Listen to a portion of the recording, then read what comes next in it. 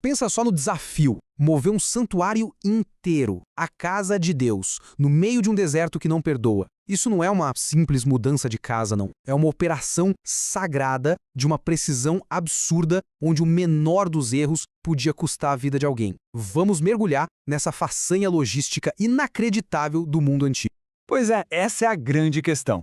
Não se trata só de empacotar umas caixas e seguir viagem. A gente está falando de objetos sagrados, estruturas super pesadas, tecidos delicados, tudo isso em movimento constante. Como é que se garantia que cada passo fosse dado com a ordem e o respeito necessários? A resposta, olha, está num plano absurdamente detalhado.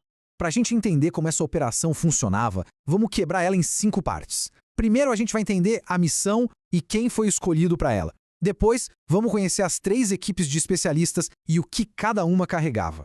E por fim, a gente vai ver o tamanho impressionante da galera envolvida nisso tudo. Olha, e esse plano não era só uma lista de tarefas, sabe?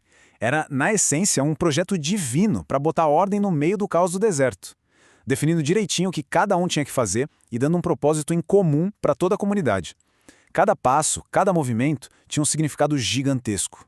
E no coração de toda essa operação estavam os levitas. Eles não eram guerreiros, nem agricultores como os outros. A vocação deles, o trabalho deles, era servir no tabernáculo. E para essa tarefa monumental de transportar o santuário, essa tribo foi organizada com uma precisão de dar inveja.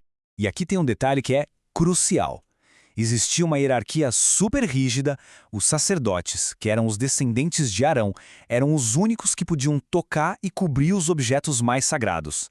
Só depois, mas só depois que eles terminavam o trabalho deles, é que os levitas podiam chegar para carregar tudo. Era uma separação de tarefas que era literalmente de vida ou morte. Então vamos conhecer a primeira equipe, a verdadeira tropa de elite dessa força-tarefa, os coaritas. Para eles foi confiada a carga mais preciosa, mais sagrada de todas. Eles eram responsáveis pelo coração do tabernáculo, de verdade. E a lista do que eles tinham que carregar, nossa, é de cair o queixo. A Arca da Aliança, a mesa, o candelabro. Cada um desses itens era único, insubstituível e de uma santidade imensa. A responsabilidade dos coatitas era gigantesca, e eles carregavam esses tesouros nos próprios ombros, usando varas. O jeito que eles embalavam as coisas já mostra todo esse respeito, sabe? Para a arca, por exemplo, não era só jogar um pano por cima. Era um processo com várias camadas, cada uma com um material e uma cor específicos.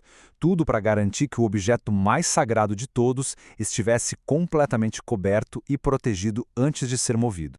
E assim, não tinha espaço para erro. Nenhum. Esse versículo deixa as consequências bem claras, né? Os coatitas não podiam nem ver os objetos sagrados descobertos.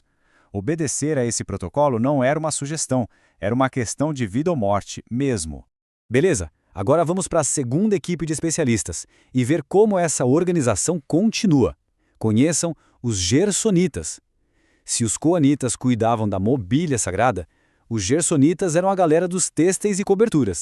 A função deles era basicamente desmontar, embalar e carregar todos os tecidos do tabernáculo e do pátio em volta. Pensa só, desde as cortinas de dentro, que eram super bem trabalhadas, até as coberturas pesadonas de couro que protegiam a estrutura toda. Era um trabalho que exigia tanto cuidado quanto força. E por último, mas de jeito nenhum menos importante, a gente chega na terceira equipe. Se os gersonitas cuidavam da pele do santuário, os meráritas eram responsáveis pelo esqueleto. Eles eram a equipe do trabalho pesado, encarregada de toda a estrutura física. Imagina só o peso disso tudo. Tábuas de madeira maciça, bases de prata, postes, estacas. Os meraritas carregavam a espinha dorsal do tabernáculo. Era um trabalho bruto, que exigia uma força incrível e uma coordenação perfeita. Certo, então a gente tem essas 3 divisões, cada uma super especializada numa função. Mas qual era o tamanho dessa operação? Quanta gente era necessária para fazer esse plano funcionar com perfeição? Os números, olha, são surpreendentes. Primeiro, um detalhe bem importante, a idade. Não era qualquer levita que podia fazer esse serviço não, hein? O trabalho era restrito para quem tinha entre 30 e 50 anos, ou seja, no auge da força física e da maturidade. E é aqui que os números começam a contar uma história fascinante. Fizeram um censo para contar cada homem que se qualificava. Os coatitas, com a carga mais sagrada, somavam 2.750 homens. Os gersonitas, com os tecidos, 2.630. E os meraritas, com a carga mais pesada de todas, era o maior grupo, 3.200 homens.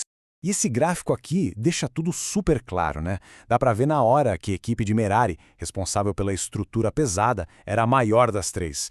A quantidade de gente era diretamente proporcional ao peso e à dificuldade da tarefa. Uma logística inteligente e muito eficiente. E o total disso tudo? 8.580 homens. Uma força-tarefa de quase 9.000 homens, todos no auge da força e cada um com uma função super específica. A escala dessa organização no meio do deserto é uma coisa de tirar o fôlego. No fim das contas, a grande sacada é essa. Esse plano de transporte era como uma pequena amostra de uma sociedade organizada. Não tinha espaço para confusão. Cada pessoa sabia exatamente o seu papel, a sua importância e como a sua parte se encaixava no todo. Era um sistema movido a respeito, responsabilidade e, mais do que tudo, a um propósito em comum. Isso tudo deixa a gente com uma pergunta para pensar, né? Quando cada pessoa tem um papel claro e entende como ela contribui para uma missão maior, o que se torna possível? Talvez esse plano logístico antigo seja mais do que só sobre como mover um templo. Talvez seja sobre como mover uma comunidade inteira na mesma direção.